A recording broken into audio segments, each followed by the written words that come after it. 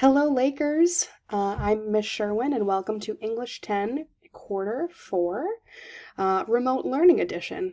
I know that remote learning may be challenging and kind of scary for a few of you guys, so hopefully this presentation will help answer a lot of your questions about what to expect for this quarter. So I start off with some tips for remote learning. So while we are working from home, I do want you checking in with our class on Schoology daily. That does not mean that you will have assignments daily. It's more of just checking in and making sure that everything's in tip-top shape, making sure that if I sent you a Schoology message that you saw that in time, or that if there's any class discussions going on that you'll be able to contribute to that. I do also ask that you watch the weekly instructional videos, such as this video here, so thank you for doing that.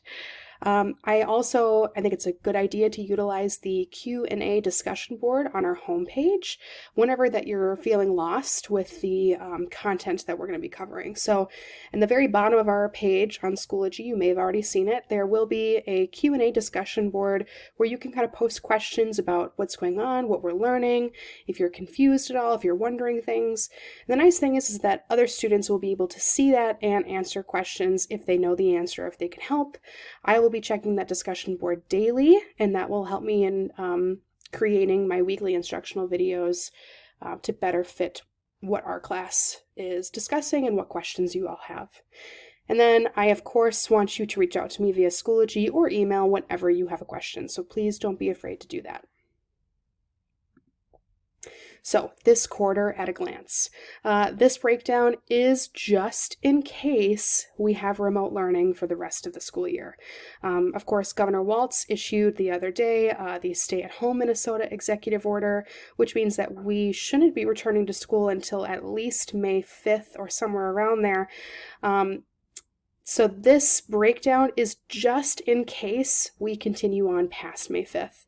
Of course, things will alter if we do go back to school and if I end up seeing you guys in person, which I hope for. But in terms of this course, for the rest of the quarter, we kind of have 2 units. So our first unit will cover weeks 1 to 3, and it's argument and persuasion, which is kind of my legal theme for this PowerPoint and presentation. We are going to be looking at identifying and evaluating an argument, looking at different persuasive techniques and logical fallacies. That'll cover 3 weeks.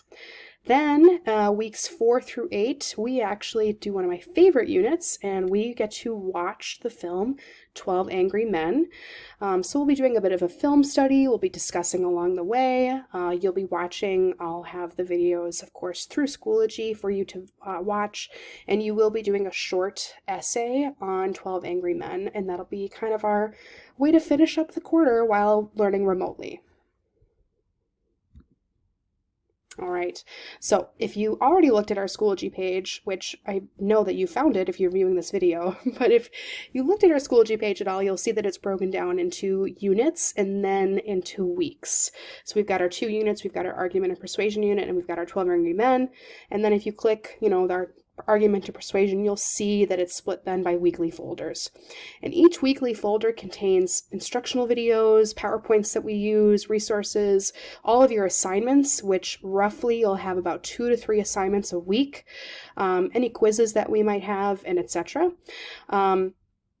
Make sure that, just as I mentioned earlier, to utilize the Q&A discussion board, also found on our Schoology page, if you have questions. If you have a personal question, though, and maybe you don't feel like sharing that on the Q&A discussion board, you can absolutely reach out to me personally, which I'll have my contact information at the end of this presentation. All right, so I bet you're wondering, what are we going to be doing week 1? So week 1, don't be freaked out. It looks heavier, but I promise you that it's not.